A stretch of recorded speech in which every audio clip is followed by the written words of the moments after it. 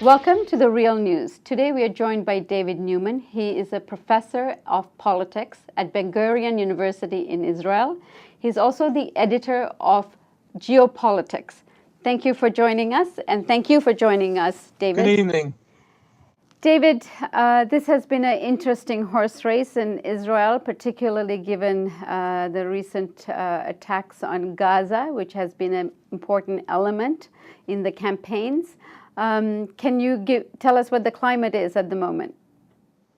Well, there has been a war in Israel. There hasn't been attacks on Gaza. There's been a war between Israel and the Gaza Strip following missile and terrorist attacks on Israel. So I think you portrayed that rather incorrectly. But nevertheless, the Gaza war has had a major impact on the election campaign in two ways. One, it's reduced the length of the election campaign, I think much to the delight of most Israelis who have not displayed a great deal of interest in these elections overall.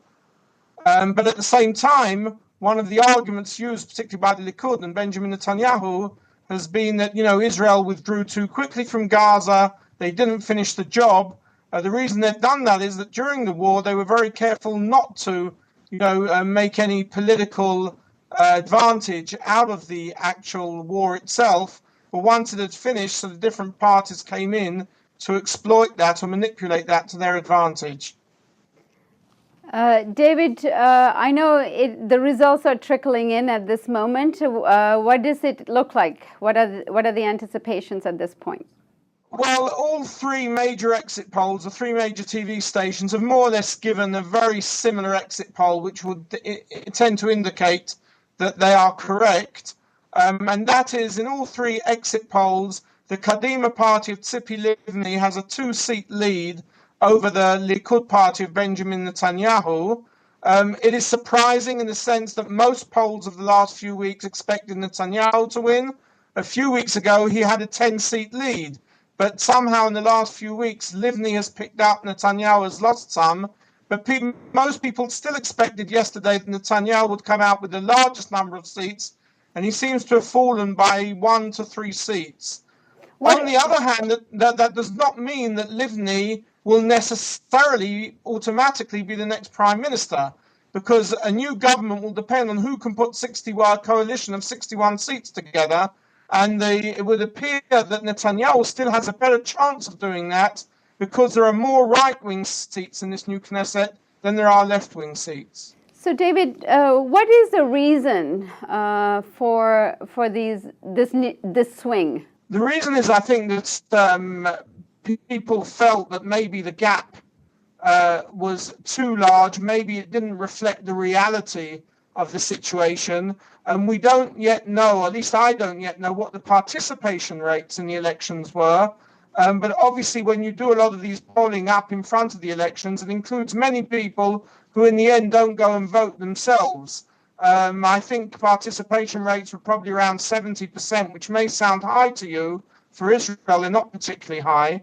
And it could well be that people who thought Netanyahu's victory was a foregone conclusion and decided to stay at home. Of course, there's also the fact that the more extreme right-wing party of Lieberman picked up votes from Netanyahu, and he is now the third largest party in Israel because the Labour Party, the former party of government for 30, 40 years, the party of Ben Gurion, the party of Yitzhak Rabin, has fallen into a very sad fourth place with no more than 13 seats. And they're really becoming a party of no consequence. What do you think are the reasons for that? Well, the Labour Party has been losing its way for a long number of time. They're still associated with the old elites. They've never undergone significant internal reform in line with the times. They're seen as being a party out of line with many of the times, although they have a reasonably good list there. And they have a leader, Ehud Barak, who's considered to be an expert in defense matters, but is not very well liked amongst the Israeli public. They don't want to see him as a prime minister, particularly after his last attempt a few years ago. David, I understand that Netanyahu actually voted this morning in Jerusalem and then quickly went to Beersheba, where you are, to To do what? I wasn't aware Netanyahu was in Beersheba today. The only politician I know that came to Beersheba today was Lieberman. I see. Okay, backing up a little bit, David, can you tell us why, what was the reason for this in the last few weeks for Netanyahu to lose so much ground and Tzipi Livni to gain so much ground? I think people, as I said a few minutes ago, I think first of all, Lieberman took a lot of votes off Netanyahu. He's picked up in the last few weeks, which means some of the more right-wing votes in Netanyahu have gone his way. I think other people are a bit worried about the idea that Netanyahu sounds a lot more hard-line than he did even a few years ago when he was prime minister, 10 years ago when he was prime minister. And people always want the option of a peace agreement and two states to be out there on the table, even though people don't really believe that that's very realistic at the moment. And it's Tzipi Livni that holds that promise out, that if there was to be some sort of security agreement, there was to be an end of violence on both sides, then the move towards the negotiations and getting back on track for some form of meaningful peace negotiations, there would be a much better chance for it to happen with Tzipi Livni than with Bibi Netanyahu.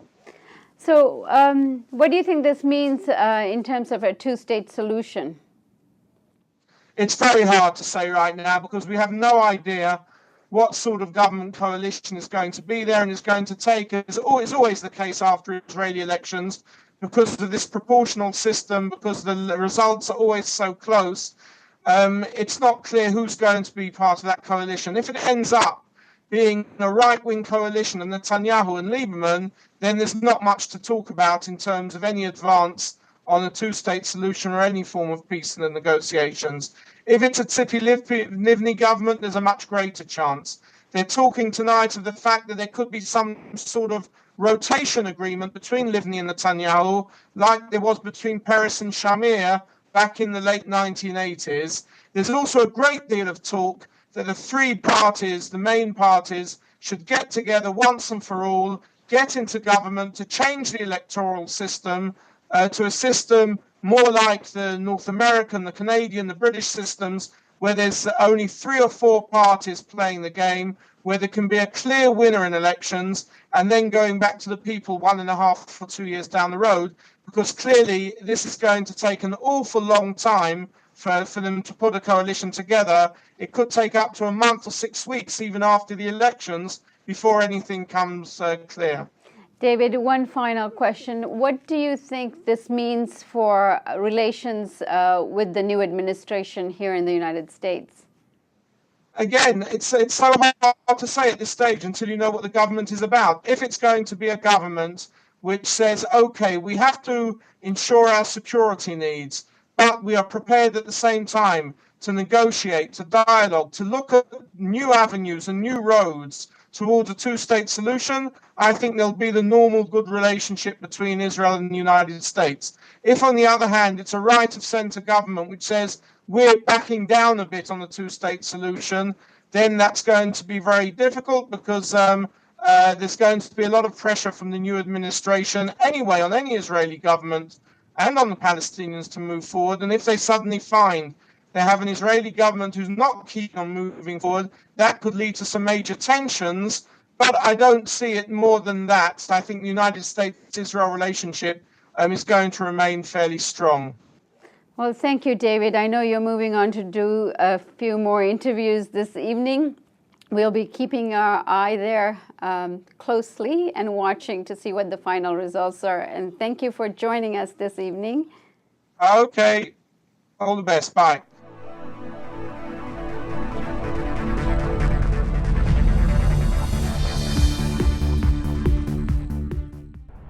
Donate today and receive a new documentary film available to members of the Real News Network. The History of the National Security State with legendary author Gore Vidal.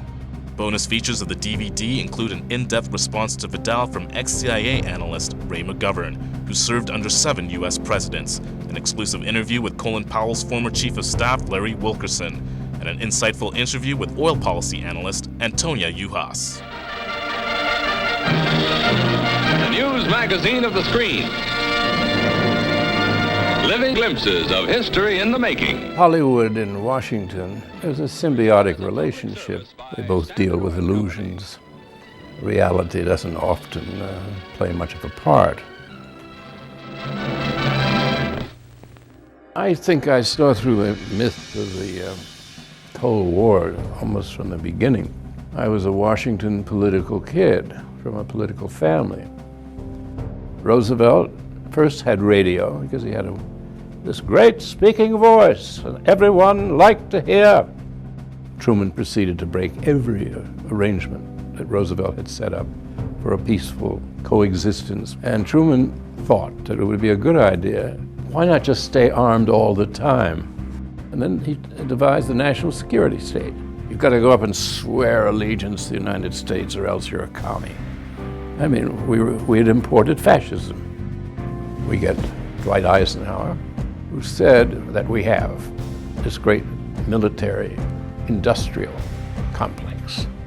It is a dangerous thing. And he said this is going to change everything. And the way our country's governed is going to change us politically.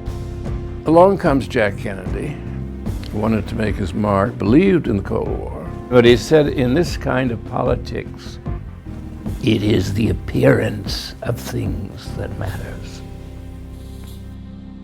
I think everybody should take a sober look at the world about us. The national security state still exists, only it isn't communism anymore, it's terrorism. This is the most serious thing that has happened in the history of the United States. Knowledge is power. We need an honest news system. We need the real news. This is the sort of thing we can build right now without anyone else's permission from the government or from the business community. It's the power's in our hands. If we're not going to sleepwalk into more wars, we think we need to start with a television news network that won't bow to pressure and has the courage to seek facts. And that means independent economics. And that's why we need you. Make a tax-deductible donation now of at least $10 a month or a one-time give of at least $75. As a thank you for your support, we will send you the new documentary film, The History of the National Security State.